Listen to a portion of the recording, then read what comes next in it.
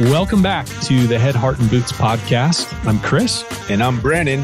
Join us as we wrestle with what it takes to transform ourselves and the businesses we lead. Oh, what'd you think? I don't know, it's kind of serious. Should we laugh? Christopher, how are you, sir? Good. People missed that little gem that our little exchange, our little preamble pre-show exchange. You know, dude, I'm having some mustache frustrations.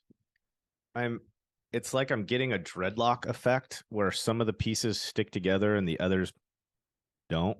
Well, I don't think you're properly deploying your pocket comb. I think the pocket comb's the answer to that. No, you know what?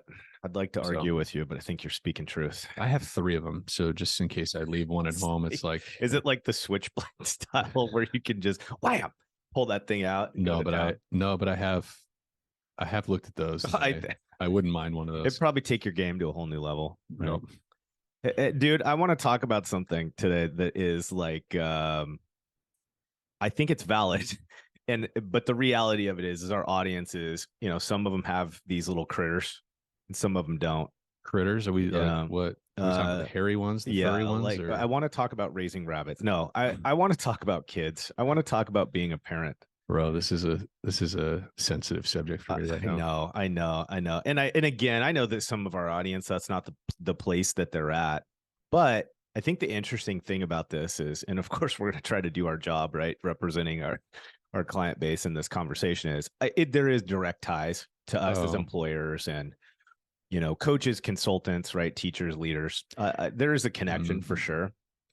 I don't see really any difference, to be honest, between leadership in a business context and parenting. Actually, there's so many parallels is the minimum, right? There is certainly, like, we're bringing the same human into the equation. That's in right. Both settings, right? Yeah, I've just, it's interesting because you and I are fairly transparent with kind of our journeys as we record these shows. And, you often will reference experiences, we do with our partners, our wives, you do with, your kids and some of the lessons that you're learning in sometimes real hard ways, right?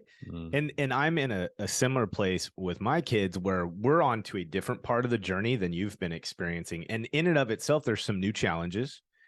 But there's also some really fun things that are happening. And I think where I've been these last few weeks is in this place of really trying to understand what this new version of my relationship with my adult kids are. Mine's 21, 23. And what's interesting about it is that it feels like for the first time in a long time, I really can be in alignment with some of the perspectives and focuses that we've tried to deploy as employers and that we've tried to teach people in terms of growing their business and their relationship with their people. And it's like for the first time, it's really paralleling for me. Like in a lot of ways, there's this new dynamic with my kids where it's closer to an employee-employer relationship from the perspective of the opportunity to create a coaching culture, to create this relationship where I'm guiding. But if I do it too direct, if I'm just absolutely telling and mandating, of course, that's a massive turnoff for somebody that's 21, 23 years old, of course, and younger. Or 17, 15, 11, et cetera. Or born. So anyways, I've been wrestling with that. And then another piece, and just full transparency, you and I, and we're not ready to talk about it a whole bunch yet, but you and I have really been going to work learning money. Learning a different level of money management. And as I'm increasing my financial literacy way beyond managing business, way beyond managing in the P&L. And we almost look at it and say, like, the phase 3, like after I've created cash, what am I doing with it?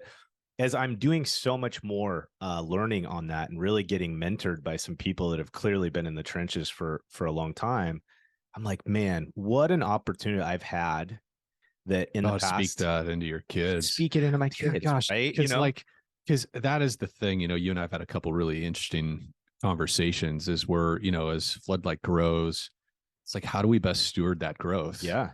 Because I think you know what, we should hold on to this. We have to thank our sponsors that are enabling this conversation, yes, bro. That is true. That is true. Let's do that. Right. Hey, so special thanks go to our sponsors that help empower and put gas in the tank for Head, Heart, and Boots. That's right. And you know, we have a unique relationship with our podcast sponsors because really, one, we really believe in them. That's not to say that other podcasts have sponsors don't believe in the product, but I think we definitely put a double emphasis on that we feel like, especially as a consulting company, which is kind of our day job, so to speak. Yeah. Like our clients look to us for advice, and we want to make sure we're introducing them to quality products and services. It's not a transaction. It's a not. Relationship that's mutually beneficial. Yeah. And I don't mean that tongue in cheek. Yeah, totally. Yeah. So one of the sponsors that underwrites this podcast is Liftify.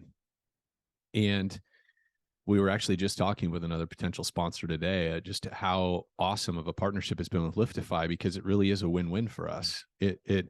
You know, when you find a great service vendor or supplier and you refer it to somebody that you care about, somebody that you have a relationship with, and they have an awesome experience, well, you know, part of the equation is you look awesome for introducing them to that product or service. And that's been consistently our experience with Liftify.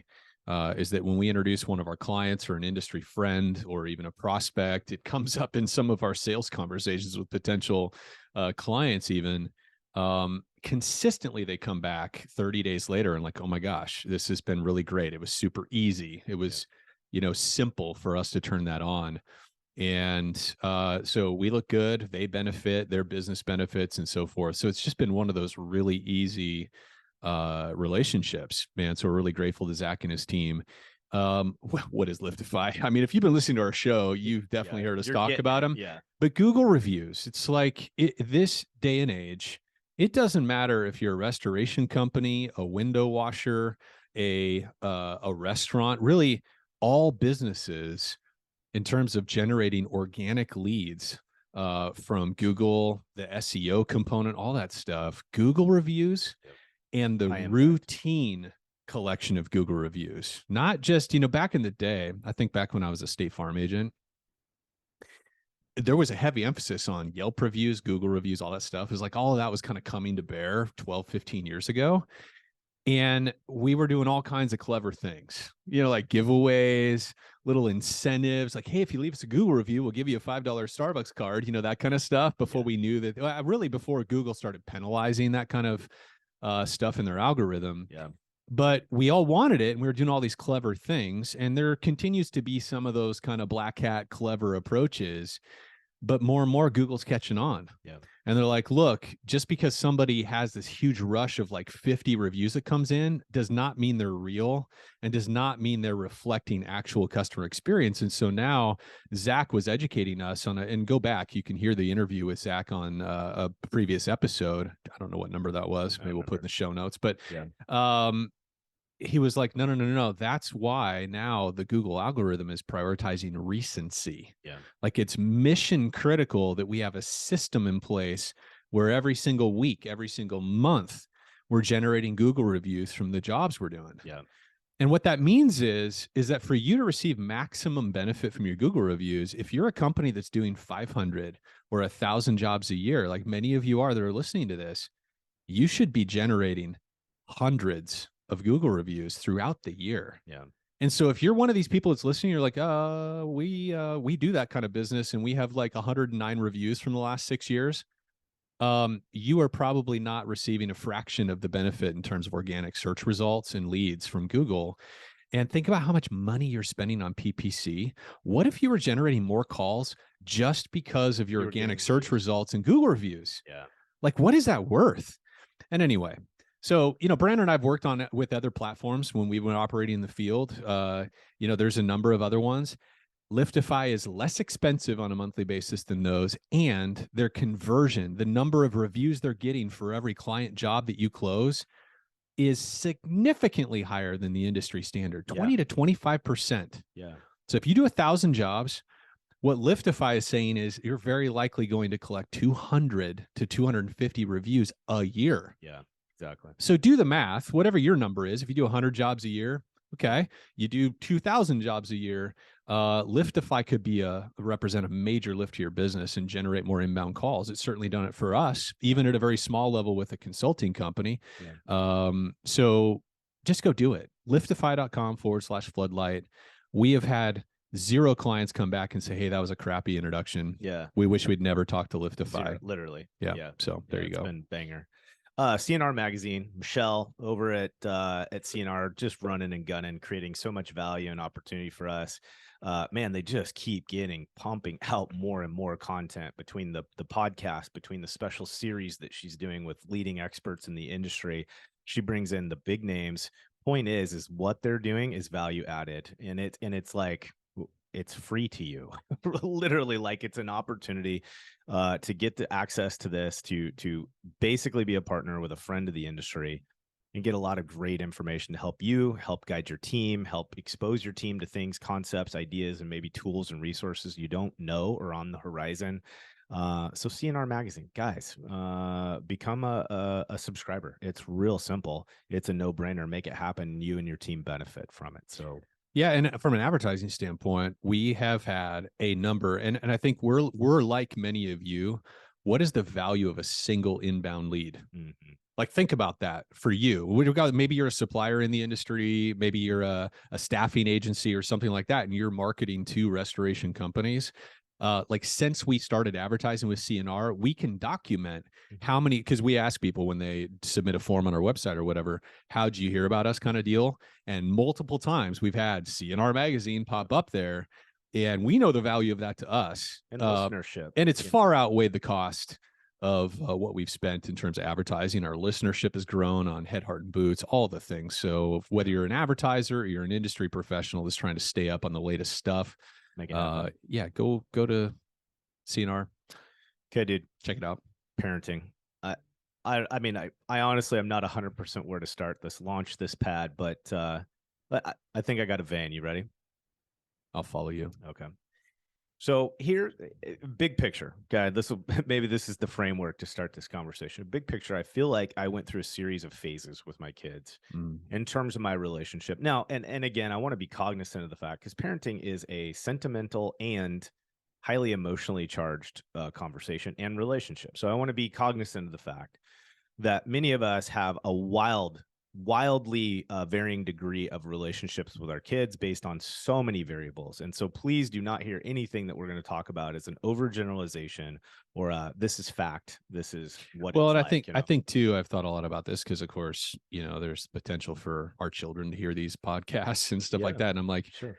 Yeah, kind of my commitment is I'm sharing from my perspective anything that comes up, right? And so kids, if you're listening to this, this is a one-sided conversation. We understand that it might this vary is dad's yours. perspective, and I've been around long enough to realize that often my perspective is flawed, especially in the moment. It's not necessarily fact. Yeah. So I'm going to just kind of describe some phases, and again, I think there's real easy ways for us to connect this conversation to our relationship with our employees, if you're not a parent or if that's just not the space that you're currently focused on.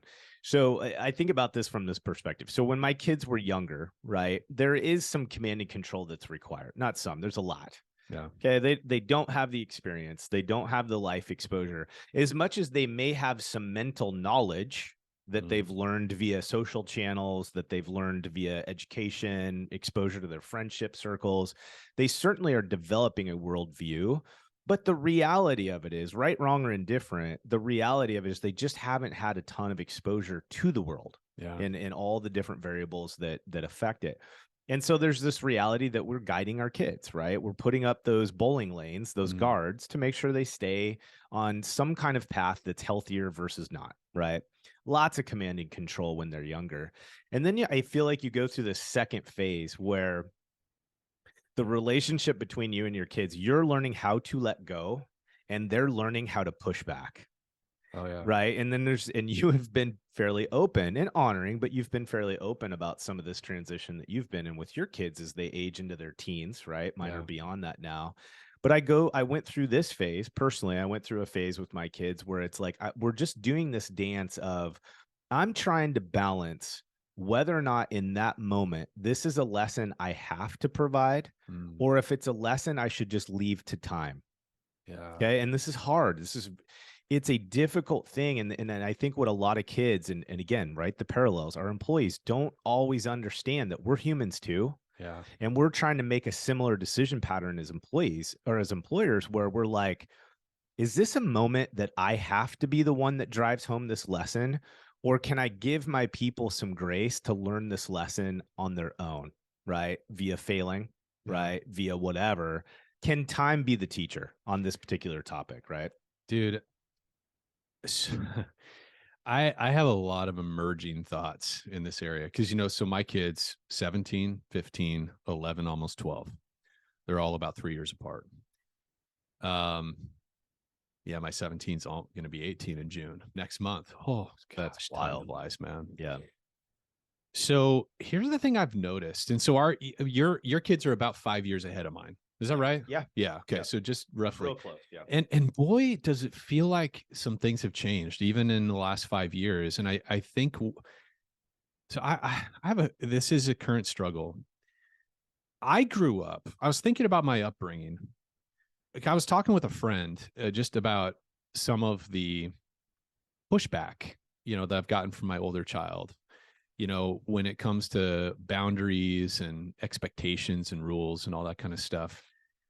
And I was thinking about this, that because I said, well, I would have never pushed back in that way with my parents. And my parents were not super overbearing or, super strict in how I think most of us would think about it. I'm 43, by the way, so it gives a little context. So I grew up in the 80s as a kid. There was the internet wasn't a thing. Yeah. And certainly I know the internet and all of the follow-on technology and social media and stuff, that there are certainly a lot of negative things that we now are trying to deal with and manage.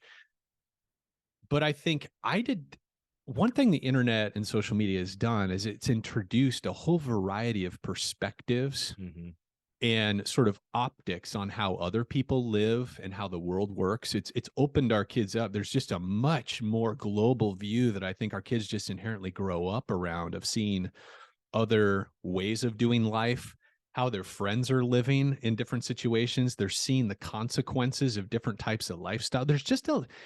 They just have a much more global view of things. And it's not all great. Let's be honest, right? Yeah. I mean, some of the obvious things that I think we see our kids being exposed to is things like pornography, and there's some stuff like early exposure to things that's, I think most of us would agree, not healthy. So it's both and it's all the things, but I think it's causing our kids to mature in some ways faster than we'd like. But then also there's some positive sides to that. There's a much broader perspective I think our kids are growing up with. That we didn't have. And I think so there was some guardrails, I think, that our parents had to put it, like they had to speak some of that perspective, sort of give us the proper perspectives growing up. That I think things are legitimately changing, because what I'm seeing is I don't know that my kids need as much from me in terms of the rules and protection that that my parents needed to provide me when I was growing up. I think that like my ego feels like I want them to want advice from me. Like I'm kind of expecting that they're looking to me for advice and direction and guidance and guardrails and stuff like that. And what I'm seeing in all my kids is that there's much more independence. It's like I'm not the only one they can go to for answers now. It's like there's answers everywhere. And I'm right in the middle of processing all this, but that sort of command and control perspective that I think most of us grew up with, of, hey, curfews, you got to be home, but you're not going to do this, you are going to do that. A lot of that, I think might be less necessary than it used to be when I was a kid growing up in the 80s. It's so interesting that you know what I mean? You go there, because I think, and this is funny, because you and I are still experimenting a bit with our shows in terms of what we're willing to try to do live and not. Yeah. And this might be one of those scenarios where you and I are so different in our perspective that it could create some very interesting dialogue. So here's my knee-jerk response, and I'm not saying yours is right or wrong, it just is, but my knee-jerk response is my kids yes, you're right. Like the current generations have got exposure, but I think what they don't realize is that just because they see it doesn't mean it's in their best interest. Okay, so where I was going with this, though, thank you. That was actually a good cue because yes, I agree with you. I think what's happening now is that I grew up in it, and again, this is collective. I'm not talking about my parents per se. Sure, yeah. But I think just collectively there was there was like a default behavior of telling your kids what to do, how to behave. And in a lot of cases, there was an incongruence between how they saw mom and dad living and some of the choices and some of the behaviors that mom and dad had behind the scenes and what mom and dad were demanding of the kids, because it felt like the right thing to do. I got to protect them. I got to make sure they don't do this, make sure they don't do that. And you know, the classic example is just that again, that command and control environment. Right. And I think now with our kids having access to any information, any answers they want, now there's a much heavier burden on parents to actually model that's very solid. What they want their kids to be, because kids are going to see any kind of incongruency. Yeah. That's and being like, screw you. Why would I listen to you? You know what I mean? Yeah. Like there's a much heavier burden on us now to model healthy living, responsible choices, because they can spot incongruency immediately, because they have other options they're seeing. They have other models they can choose. Yeah. And those models are often showing fake results. Yes. Right. So a lot of these models that you're talking about, that of course, I'm not talking about like walkway models of parenting, models of living. They're seeing the social value of it. They're seeing what somebody posted intentionally. And so they see someone acting X that may look different than the way you do. And they're like, but that's a winning one, because I see what yours is bearing and I don't like what it's bearing. But when I watch this person or watch this model being lived out on social media, it looks like they're winning. Yeah. So like when I say the guardrails and all that stuff isn't as necessary, I think it's our kids are learning through observation more than ever, because they have a more global view. They're looking at their friends. No matter how much restriction and protection you try to put in place, inevitably your kids are going to be exposed to a world of information, perspectives, angles. They're seeing how their friends' parents are behaving on Facebook. There's just the optics our kids have into the world and how it works now is 100% different than when I was in the 80s. Yeah. My world was what my parents allowed me to see, essentially, based on the community I was raised in, the school I went to, the types of like church, the friends that my parents had over to our house, all that stuff. It was very like that was all I knew. Yeah.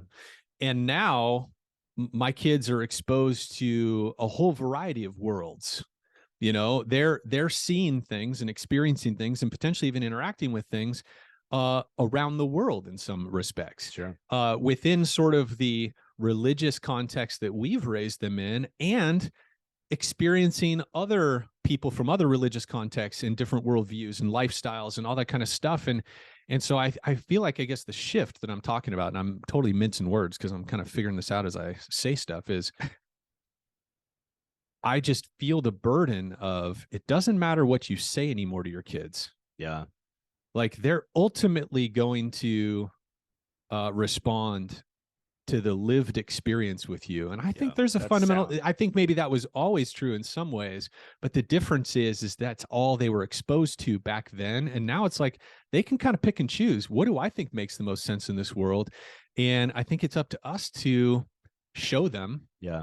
Like, so if I'm trying to help them understand what it is to take care of themselves, I think the only bona fide way for me to approach that is for me to live it, to model it, because me saying something, there's 1,000 other people saying things to them. Yeah.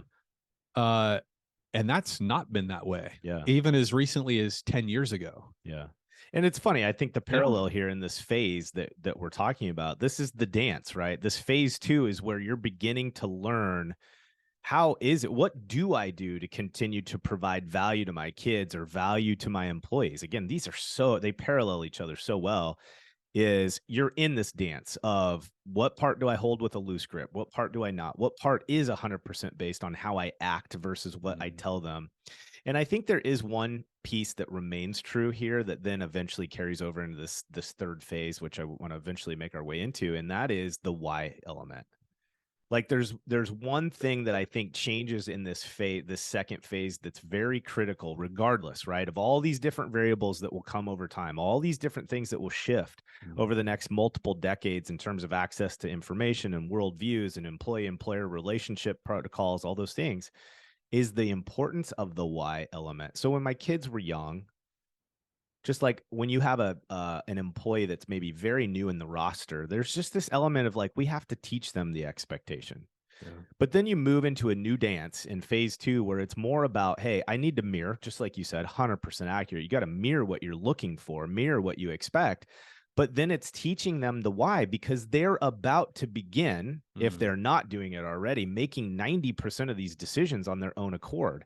Even if they're presenting to you that they're doing what you want, the reality of it is the whole, because I said so, because it's important for your safety, for your health, like those generic non-why driven responses don't fit the bill anymore. They don't fuel them in their own decision making. And so one of the things that we did at times very well and other times we did horrible, we tried to be aggressive about when I said, hey, I don't believe this is an option for you, or we're not going to allow this thing, or here's the why. It's not because I said so. I want you to understand that, like, I'm a couple corners out on the journey farther than you. And these are things that we've seen and experienced, right? Yeah. This is the why. Now, the reality of it is, and this is where we can't own our kids' circus or our employees' circus, you can't mandate how they receive that information. Yeah. Right. And there's going to be a lot of things that challenge that. We were talking about this the other day. It's so hard, right?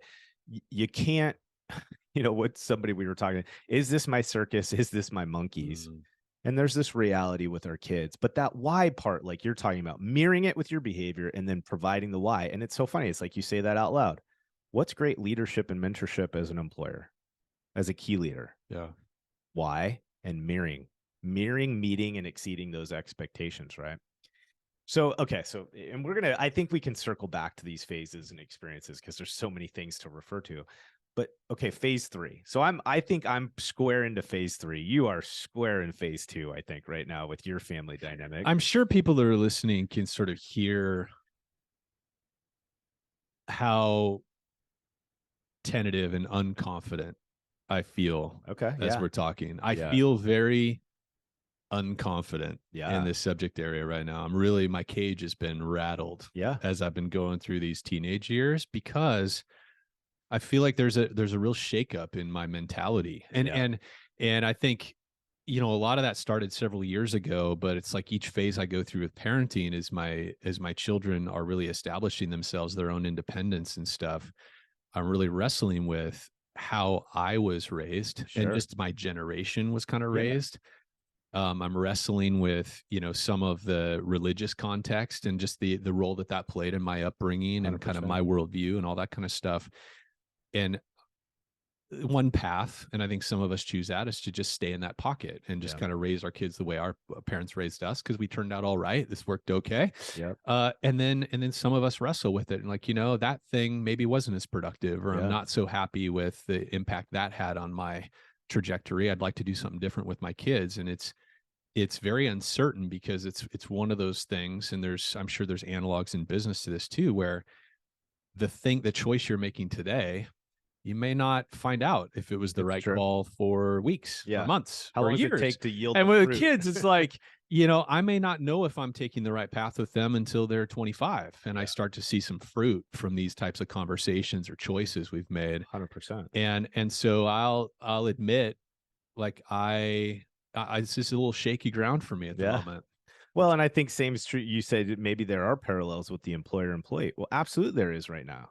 Because the reality of it is that the dynamic in that relationship has shifted greatly for a lot of the same reasons, right? So the same reasons that we have this changing dynamic in our household, those kids are becoming employees, and those employees are bringing that same relational experience to our work, right? To our office, to our workforce. And so there is this element of us having to shift into this second phase with our employees, because their expectations are different. Their worldview is wider. They're being exposed to things even though they haven't.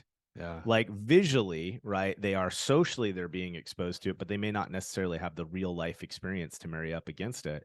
And so we're having to modify the way that we lead and guide our people, because the expectation is different. The game is changing, not only in our homes, but then where do those people go? Yeah. Right? They go into our businesses, our teams. They show up with that same baggage. And I think the reality of it is that hesitation or that uneasiness that you feel, we all are, right? Like, I think we're feeling that in a dynamic global way, and we're all trying to figure out, what do we do about this, right? And recruiting companies are starting to teach some different changes. We're starting to see big swings in HR focus, and in terms of how we're equipping leaders to educate themselves and their employees. Like, it is shaky, right? We don't have a firm grip. We have camps that feel like they've got the concept nailed.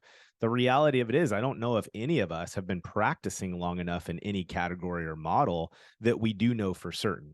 Now, we can have confidence, though, just like with our kids, because it's not all shaky ground and there's no firm, foundation anywhere.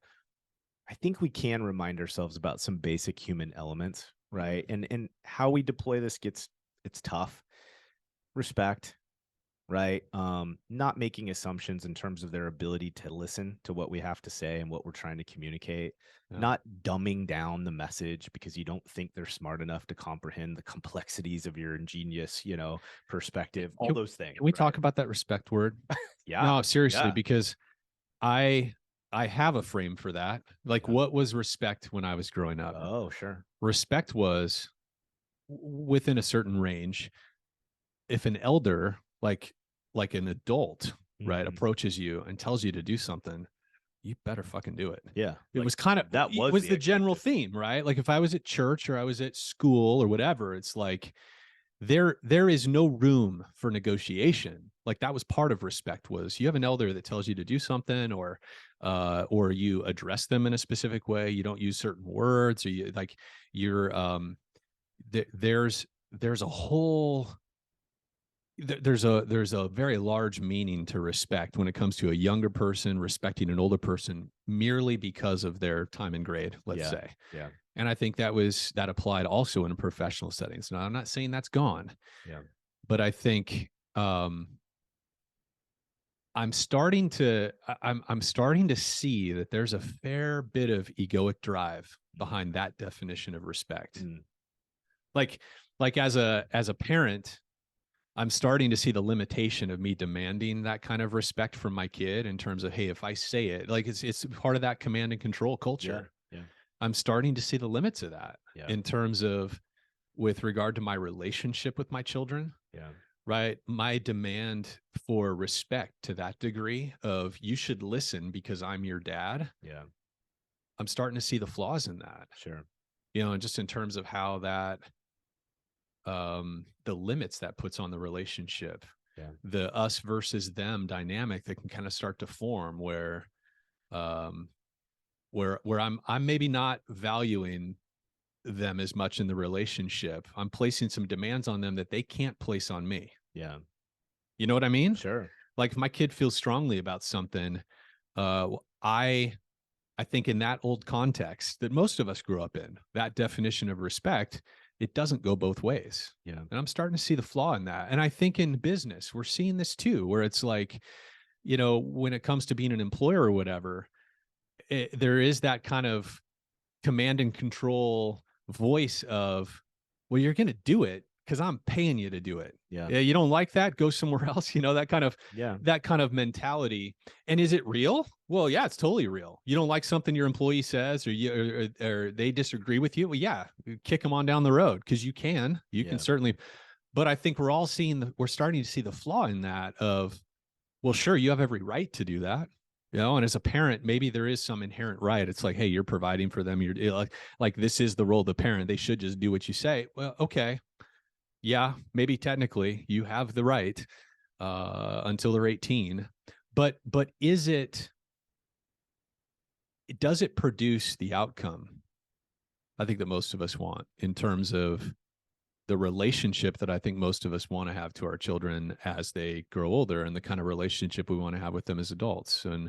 And does it create the open line of communication where we have the influence in their life that I think probably most of us want? And I'm starting to see, no, maybe not. And what does it look like for me to honor my children or extend that same kind of respect to them that I was kind of taught? And again, my parents, sometimes they listen to the podcast. I'm like, I never experienced my parents as being that, to the nth degree, but I think it was just part of the culture, that I grew up in when it came to respecting your parents and honoring authority. Yeah.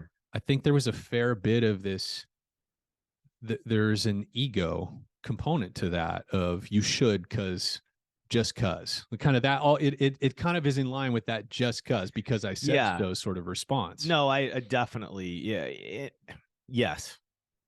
So I'm trying to figure that out. And that's far different though. That you're right. There is a lot of that and it is carrying over. And that's the part that's broken. Yeah. And like with anything. Oh yeah. Right.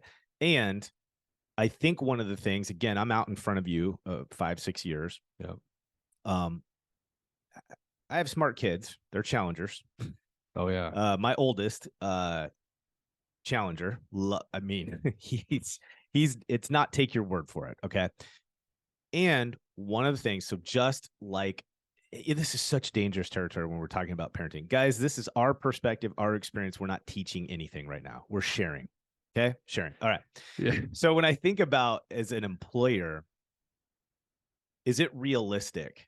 This is the battle I'm in. Okay, I'm going to get my words put together here. This is the battle I am in as a combination of an experienced employer and a parent with adult kids. Is this wrestling match of, yes, there is this balancing act of it's not command and conquer, command and control, especially when you hit that teenager to young adult age.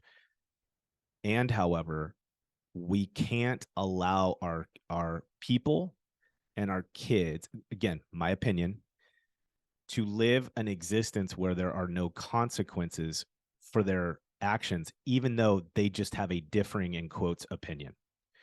So, and this is the hard dance, is there are times where with my employees, as an example, there is an expectation and there's a lot of worldview and experience that is supporting the definition of that expectation. Sure. It's not just my opinion. It's not whimsical. It's not because this is the road that I hoed. Any of those things. Yeah. It's because there's real life technical data and facts that support that this has to be done this way, period. Yep.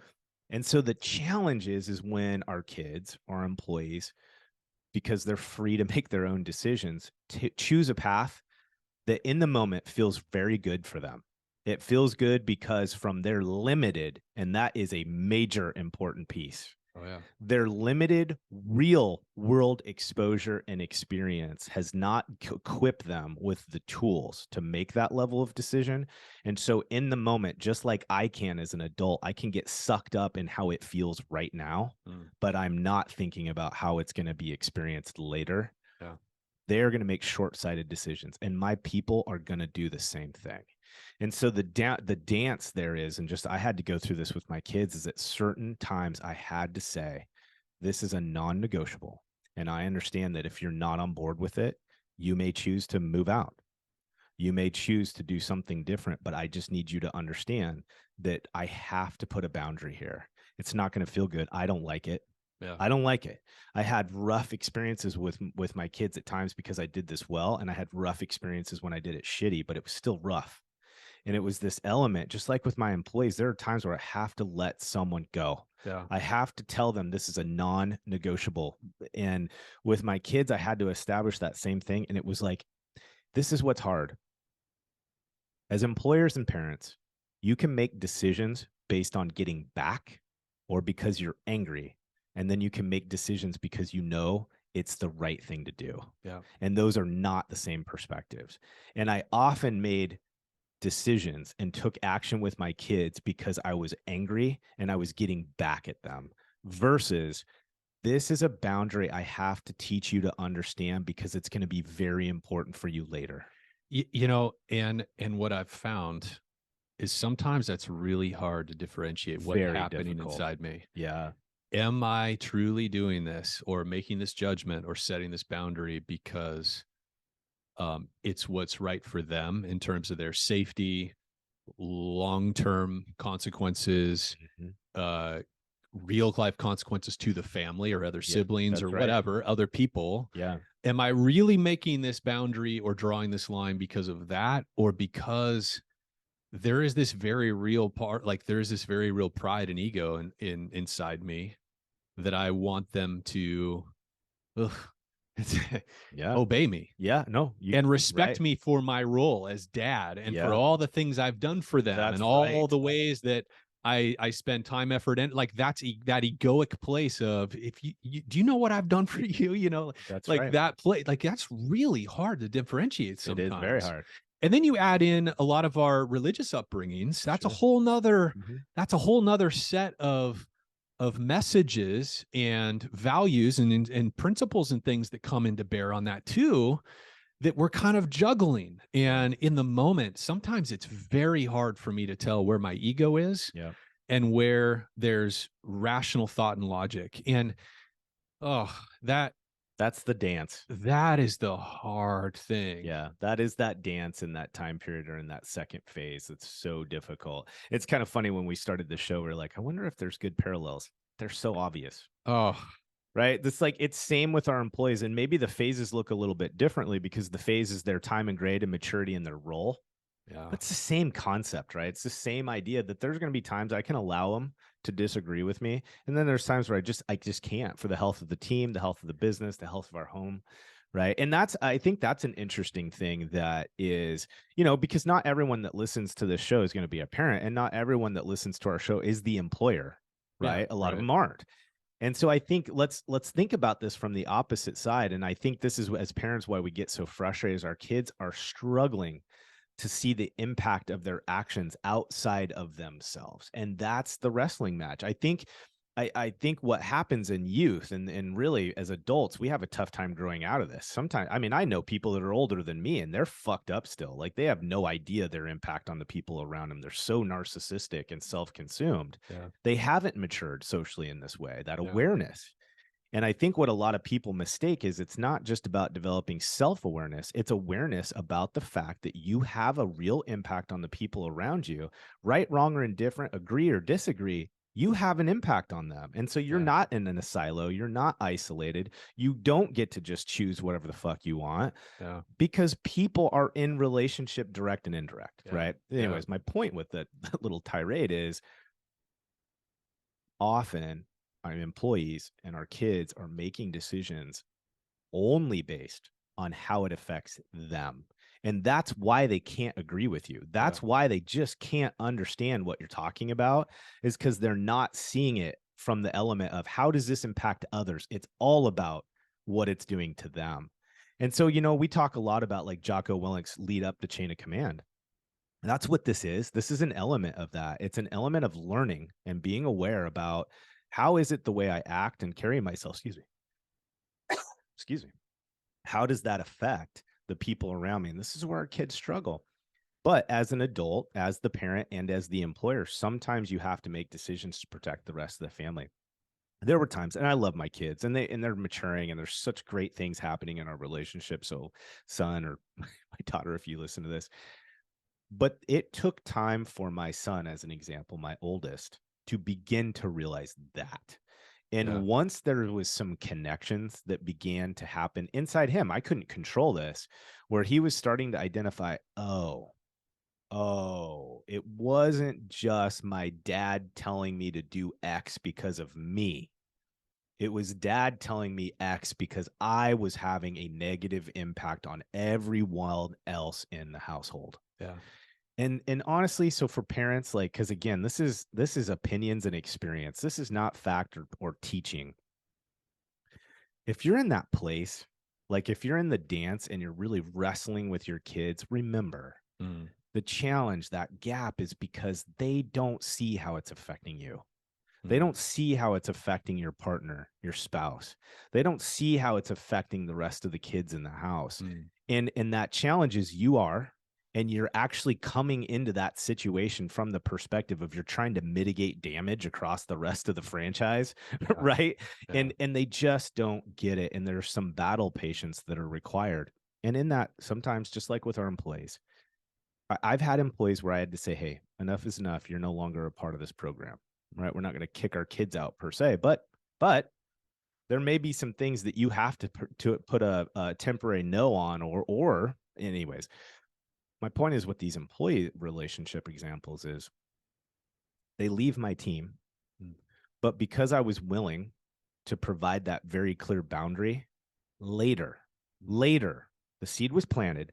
And later, when they mature enough past that point, they all of a sudden look back and go, oh, that's what they meant. And now their new employer, right, begins to see the fruit of somebody maturing. And you played a role in that. I think the only way that we can do that, and I've tried to do more of this with my kids, and guys, I fucked this up so bad more often than I didn't.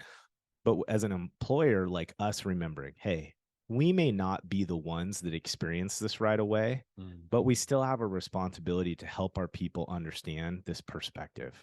Right. And with our kids, and I know you and I are in a different wrestling match, part of what you're trying to do and part of the obligation you feel as a parent to teach these lessons is that you are worried about how it's impacting other people.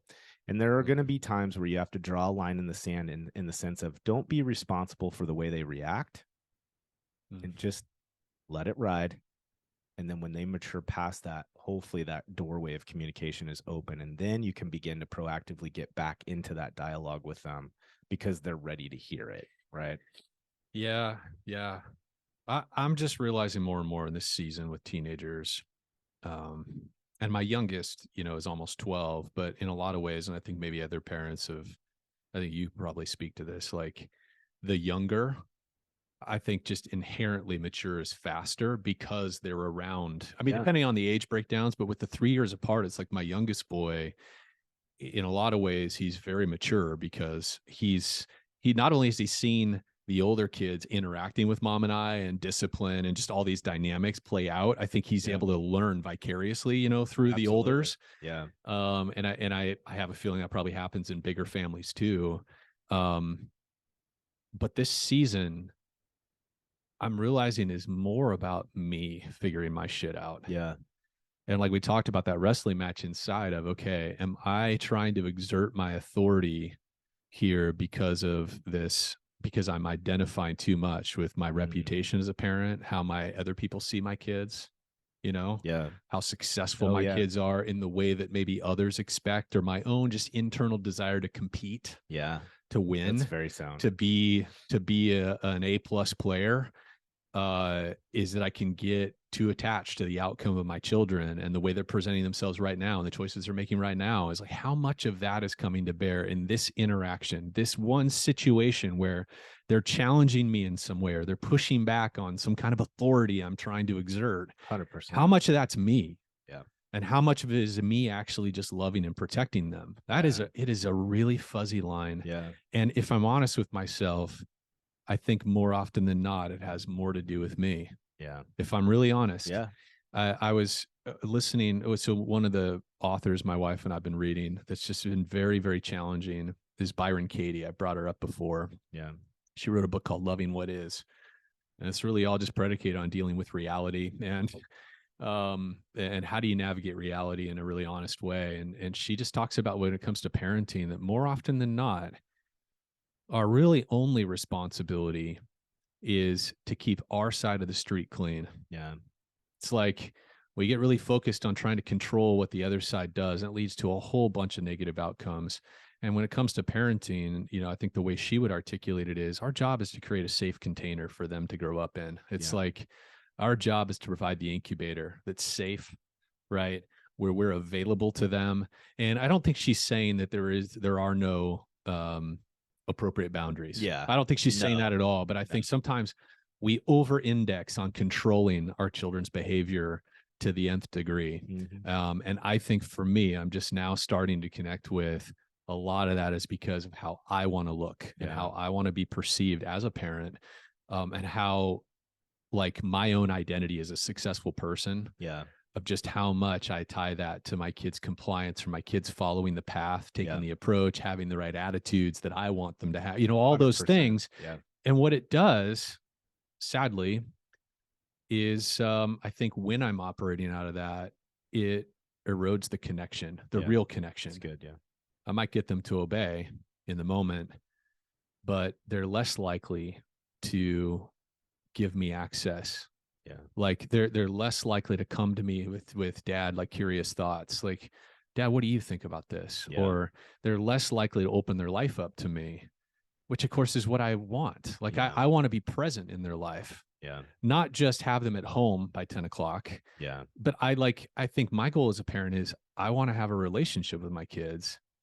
And of course there's give and take to relationships. You bet. So, and they transition, right? They change over time. One thing I was kind of thinking about as you said that, and then if you're cool with it, I kind of want to talk about this like third phase that I get to hang in now. But my wife has this saying. My wife is, at the end of the day, I kind of much heavier on the driver's side, and my wife's much heavier on the relational side, and she tends to do a better job of not allowing her ego to get sucked into the moment, and she's still really prioritizing relationships. She's just naturally very gifted. And one of the things she's always said about our kids as they were growing up, and it's just a great reference point, is she says, my kids' self-centeredness is impeding on my self-centeredness. And it's like, if you could just chew on that for a minute, and I think it's true as an employer too, just think about that. It's like, this person's self-centeredness is impeding on my self-centeredness. Unfortunately, that's more accurate more of the time than it is that I just legitimately have this lesson I'm trying to pass on to somebody for their good, their good. Thank God for our wives. My wife is absolutely just that balance. Sometimes she's a heat-seeking missile to the truth of the situation. It's like, honey, it's just the other day. She's like, honey, boy, so you seem like you're really getting angry. What's going on? I'm like, I did. That's exactly what I'm like. I'm not angry. Why are you saying I'm angry? Stop judging me. Oh my goodness. All right. So this third phase that I'm learning about now, and please tell me about the third phase. Yes, here it is. And it's interesting because, like with anything, right, they all have their challenges. And I think this is almost like that new layer of leadership. So if we go back to draw those parallels with our maturing employees, as we begin to raise our employees into these, we talk about succession planning as a key critical element for leadership. And part of that then is, what are we teaching our employees? And then what are we prioritizing to make sure that we have time? So here's my kids now, okay, 21, 23. And it's the reality that I'm coming more connected with is my kids are going to do one of two things in our relationship now. They're either going to allow me, in most cases, to pursue them. And if I'm really lucky, they'll pursue me. Okay. But there's a reality. They're 21, 23 years old. Let's be honest about where we were at that age. Your shit's on fire, man. You think the world's still ready to be conquered. You got just enough information and experience to get into a great bar fight. Like you're ready to rock and roll. Now, seeking your parents' guidance out is probably not going to be second nature. It may not be the easiest thing for them to ask for. And I'm also still in my heroic journey in my early 40s. I'm building, I'm conquering, I'm developing. And what I can easily lose sight of is that my kids are actually more open now.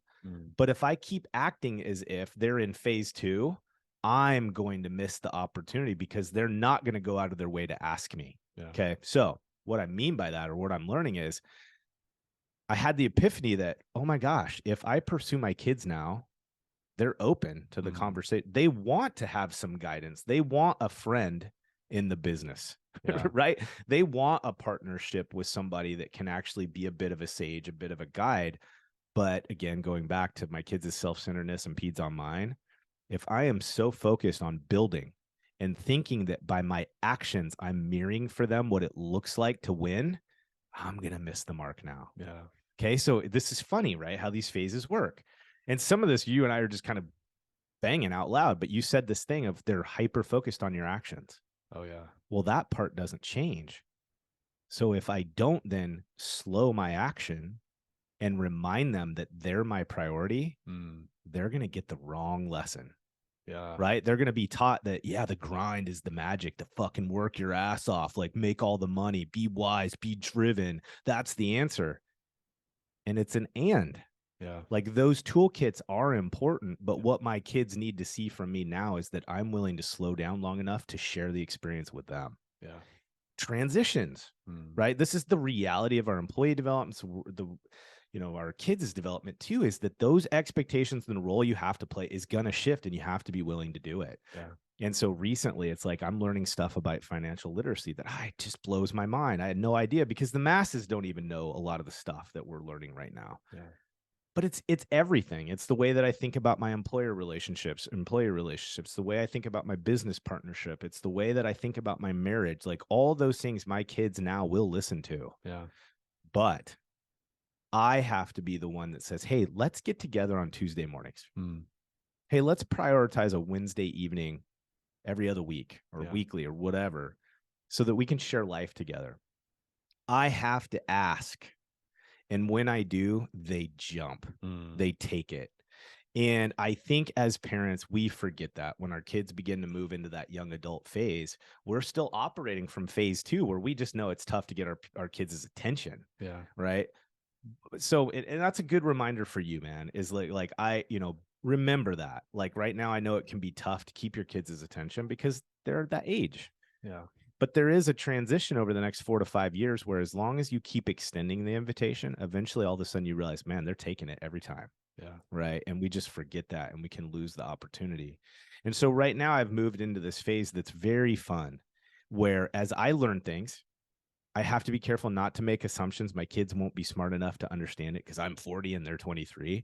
And the reality of it is, when I share these tidbits of information that's changing my life and changing my world perspective, they gobble it up, man, because they are adult enough. You know what I mean? Yeah. 100%. Does that ring true at all from what you've seen from? 100%. Yeah. I'm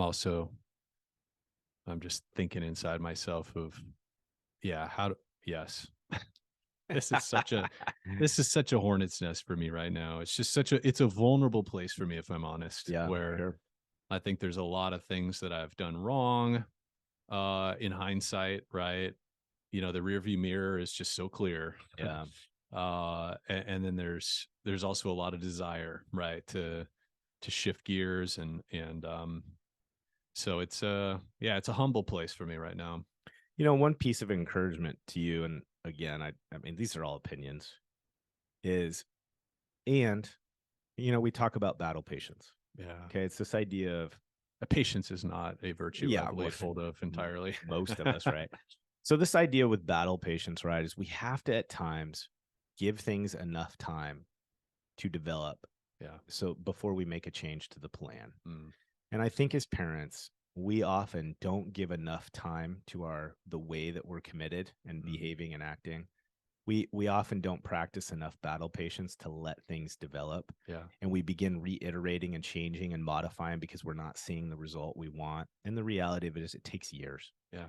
And as long as we marry some simple things, and I know this is so much easier to say than do, but just, why am I responding or acting a certain way? Is it truly for them? Or is it because I'm worried about how somebody else feels, or it's my ego, or it's the whatever? If we can hone on that part, and we really can see, maybe even through some peer network and some support and some friends, that we really are trying to approach that item for the best interest of our kids, hold the course. Just maintain the course. Give them some time to mature on their own, and you may realize that you were doing the right thing, right? Yeah. Just hang in the pocket. It's like for me and my kids, man, it took years. Yeah. And I'm just now seeing that, okay, not all of it was a circus fire. Yeah. I mean, granted, you look backwards, I know I dicked some serious stuff up, but I also see that I just needed to exercise some battle patience and not own their response. Yeah. And lo and behold, as they mature a little bit, they get a little more life experience under the belt. All of a sudden, my kids start saying things like, Dad, you were right. The other thing too, that I'm also just like balance to just some of the,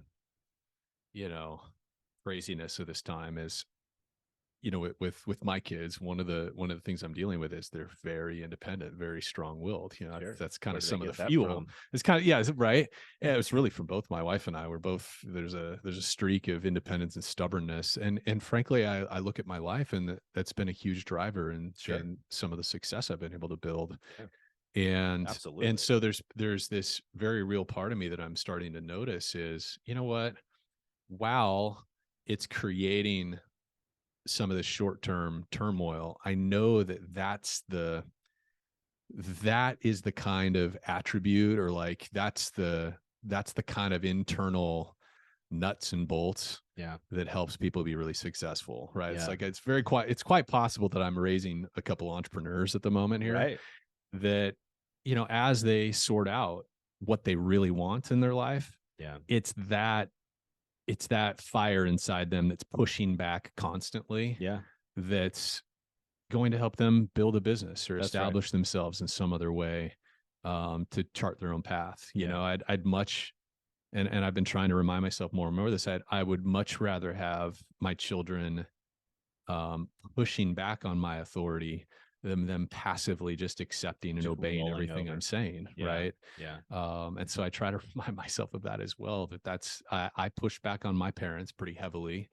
And it's part of what drives me forward. And you push back on life and what the masses say. And that's part of what allows you to continue to succeed. To create your own path. Yeah. That's right. Yeah. So, you know, this is, I think we should title this episode, "This is Messy." This is messy. That's right. We covered a lot of ground here, and I'm uncertain about the value of it, apart from what you've brought.